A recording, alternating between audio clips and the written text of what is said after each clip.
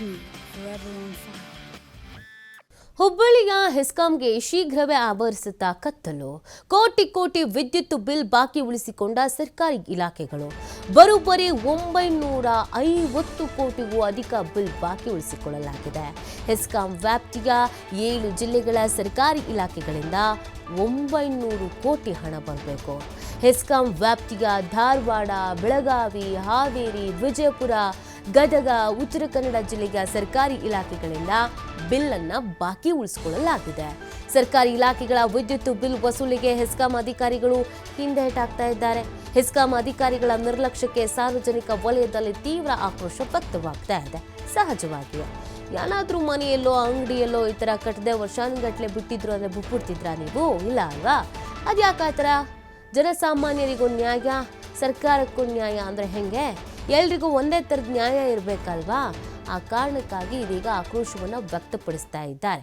ಹೆಸ್ಕಾಂ ಅಧಿಕಾರಿಗಳ ನಿರ್ಲಕ್ಷ್ಯಕ್ಕೆ ಸಾರ್ವಜನಿಕರು ಆಕ್ರೋಶವನ್ನು ವ್ಯಕ್ತಪಡಿಸ್ತಾ ಇದ್ದಾರೆ. ನೋಡಿ, ಹೆಸ್ಕಾಂ ವ್ಯಾಪ್ತಿಯ 7 ಜಿಲ್ಲೆಗಳ ಸರ್ಕಾರಿ ಇಲಾಖೆಗಳಿಂದ 900 ಕೋಟಿ ಹಣ ಬರಬೇಕು. ಹೆಸ್ಕಾಂ ವ್ಯಾಪ್ತಿಯಲ್ಲಿ ಬರುವಂಥ ಈ ಧಾರವಾಡ, ಬೆಳಗಾವಿ, ಹಾವೇರಿ, ವಿಜಯಪುರ, ಗದಗ, ಉತ್ತರ ಕನ್ನಡ ಜಿಲ್ಲೆಯ ಸರ್ಕಾರಿ ಇಲಾಖೆಗಳಿಂದ ಬಿಲ್ಲನ್ನು ಬಾಕಿ ಉಳಿಸ್ಕೊಂಡಿದ್ದಾರೆ. ಸರ್ಕಾರಿ ಇಲಾಖೆಗಳ ವಿದ್ಯುತ್ ಬಿಲ್ ವಸೂಲಿಗೆ ಹೆಸ್ಕಾಂ ಅಧಿಕಾರಿಗಳು ಮನಸ್ಸೇ ಮಾಡ್ತಾ ಇಲ್ಲ. ಗೊತ್ತಿದ್ದು ಗೊತ್ತಿಲ್ಲದ ಥರ ಸುಮ್ಮನೆ ಇದ್ದಾರೆ. ಯಾಕೆ? ಅದು ದುಡ್ಡಲ್ವಾ? ಕಟ್ಟಿಸ್ಕೊಳ್ಬೇಕಲ್ವಾ? ಯಾರ್ದು ತಪ್ಪು ಇದು? ಮಾಮೂಲಿ ಯಾವುದೋ ಒಂದು ಅಂಗಡಿದೋ ಮನೆದೋ 1 ತಿಂಗಳು ಕಟ್ಟಲಿಲ್ಲ ಅಂತಂದರೆ ಬಿಟ್ಬಿಡ್ತಾರಾ? ಅವಕಾಶ ಇದೆಯಾ ಅದಕ್ಕೆ? ಕಿತ್ತಕ್ಕೆ ಹೋಗಲ್ವಾ?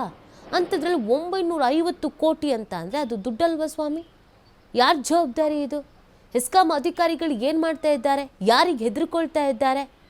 ಕೆಲಸ ಮಾಡೋಕ್ಕೆ ಮನಸ್ಸಿಲ್ವೋ ಅಥವಾ ಕೆಲಸ ಮಾಡಲೇಬಾರದು ಅನ್ನೋ ನಿರ್ಧಾರಕ್ಕೆ ಬಿದ್ದಿದ್ದೀರೋ?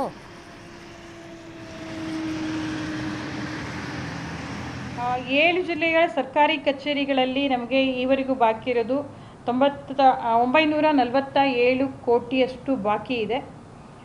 ಅದೆಲ್ಲರಿಗೂ ಕೂಡ ನಾವು ಅಂದರೆ ಬೇರೆ ಬೇರೆ ಇಲಾಖೆನೂ ಸೇರಿಕೊಂಡಿದೆ ಇದರಲ್ಲಿ.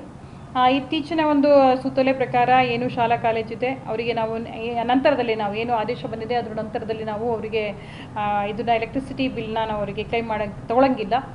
ಉಳಿದ ಎಲ್ಲರಿಗೂ ಕೂಡ ನಾವು ಇಲಾಖೆಗಳು ಕೂಡ ನಾವು ಆಗಾಗ ನಮ್ಮ ಕೆಳಗಿನ ಅಧಿಕಾರಿಗಳ ಮೂಲಕ ನಾವು ಇಂಟಿಮೇಷನ್ನ ಕೊಡ್ತಾ ಇದ್ದೀವಿ. ನಾವು ಇಲ್ಲಿಂದಲೂ ಕೂಡ ಅವರು ಏನಿರ್ತಾರೆ ಮುಖ್ಯಸ್ಥರು, ಇಲಾಖೆ ಮುಖ್ಯಸ್ಥರು ಇದ್ದಾರೆ, ಆಯಾ ಜಿಲ್ಲೆಯಲ್ಲಿ ಬರೋ ಇಲಾಖೆ ಮುಖ್ಯಸ್ಥರಿಗೆ ಅವರಿಗೆ ನಾವು ಅರೆ ಸರ್ಕಾರಿ ಪತ್ರವನ್ನು ಬರೆದುಬಿಟ್ಟು ಇದ್ರ ಕಡೆ ಗಮನ ಹರಿಸಿ ನಾವು ನಮ್ಮ ಬಿಲ್ಲನ್ನು ಪಡ್ಕೊಳ್ಳೋಕ್ಕೆ ನಾವು ಪ್ರಯತ್ನ ಪಡ್ತಾ ಇದ್ದೀವಿ. ಆಲ್ಮೋಸ್ಟ್ ಆಲ್ ಡಿಪಾರ್ಟ್ಮೆಂಟ್ ವೈಸ್ ನನಗೆ ನಿಮ್ಮ ಲೆಕ್ಕನ್ನು ಕೊಡ್ತೇನೆ.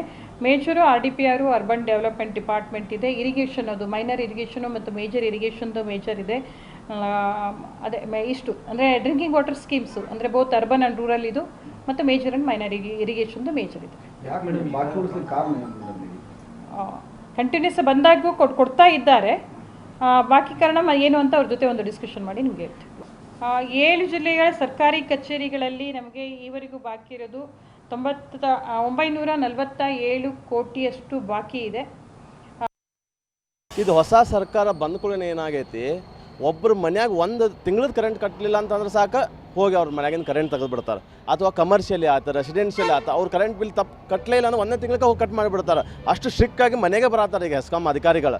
ಆದ್ರೆ ಇವರು ಸರ್ಕಾರ ಅಧೀನದಲ್ಲಿರುವಂಥ 7 ಜಿಲ್ಲೆಗಳಲ್ಲಿ ಅಂದ್ರೆ ಜಿಲ್ಲಾ ಪಂಚಾಯತ್, ತಾಲೂಕು ಪಂಚಾಯತ್ ಆಯಿತು, ಮಹಾನಗರ ಪಾಲಿಕೆ ಆಯಿತು, ಇವರೆಲ್ಲರೂ ಕಳೆದ ಎಷ್ಟೋ ದಿನಗಳಿಂದ ಕರೆಂಟ್ ಬಾಕಿ ಉಳಿಸ್ಕೊಂಡ್ರಂದ್ರೆ ಇದು ಕೇಳಾಕನ ಒಂದು ಸೌಜಿಗ ಅನಿಸುತ್ತೆ. ಅಂದ್ರೆ ಸರ್ಕಾರ ಏನು ಮಾಡಾಕತ್ತೈತಿ, ಬಡವ್ರ ಮೇಲೆ ಹೊಟ್ಟೆ ಮ್ಯಾಗ ಹೊಡ್ಕೊಂತ ಹೋಗ್ಬಿಡೋದಣ್ಣ. ಇದು ಅಲ್ಲ, ಕೂಡಲೇ ಇವ್ರಿಗೊಂದು ನೋಟಿಸ್ ಜಾರಿ ಮಾಡಿ ಅವ್ರು ಬಾಗಿಲು ಹಾಕಿದ್ರು ಚಿಂತಿಲ್ಲ ಆಫೀಸ್ಗಳು. ಯಾಕಂದ್ರೆ ಸಂಸ್ಥೆ ಉಳಿಬೇಕಲ್ಲ, ಹೆಂಗೆ ಉಳಿತೈತಿ? 987 ಕೋಟಿ ಹೆಸ್ಕಾಂ ಉಳಿಬೇಕಂತಂದ್ರೆ ಇದನ್ನೆಲ್ಲ ಕಟ್ಸ್ಕೊಳ್ಬೇಕು ಅವ್ರು. ಅದನ್ನು ಬಿಟ್ಟು ಬೇರೆದವ್ರನ್ನ ಉಳ್ಕೊಂತ ಹಿಂದಿನ ತಿಂಗಳದ್ದು ಉಳ್ಕೊಂತ ಹೋತು ಅಂತಂದ್ರೆ ಸಂಸ್ಥೆ ಉಳಿಯಂಗಿಲ್ಲ. ಇನ್ಮೇಲಾದರೂ ಎಚ್ಚೆತ್ಕೊಂಡು ಸರ್ಕಾರ ಹೆಸ್ಕಾಂಗೊಂದು ಅವ್ರ ಜಲ್ದಿನ ಬಾಕಿಯನ್ನು ತುಂಬಿಕೊಳ್ಳುವಂಥ ವ್ಯವಸ್ಥೆ ಮಾಡ್ಬೇಕು. ಅಲ್ಲ, 900 ಕೋಟಿ ಅಂತಂದ್ರೆ ಕೇಳಾಕನಾಗಂಗಿಲ್ಲ, ಅಷ್ಟೊಂದು ದೊಡ್ಡ ಮೊತ್ತ ಅದು. ಒಬ್ಬೊಬ್ಬರು ಒಂದೊಂದು ಇಲಾಖೆಯಿಂದ ಬಿಟ್ಕೊಂತ ಹೋದ್ರೆ ಇದು ಇನ್ನೂ ಈಗ ಹಂಗೆ ಬಿಟ್ಕೊಂಡು ಹೋದ್ರೆ ಇನ್ನೂ 9,000 ಕೋಟಿ ಆಗುತ್ತೆ. ಹಂಗಾದ್ರೆ ಸಂಸ್ಥೆ ಮುಚ್ಚೆ ಹೋಗುತ್ತೆ. ಅದಕ್ಕೆ ಕೂಡಲೇ ಎಚ್ಚೆತ್ಕೊಂಡು ಇದನ್ನು ಬಾಕಿ ತೀರಿಸುವಂಥ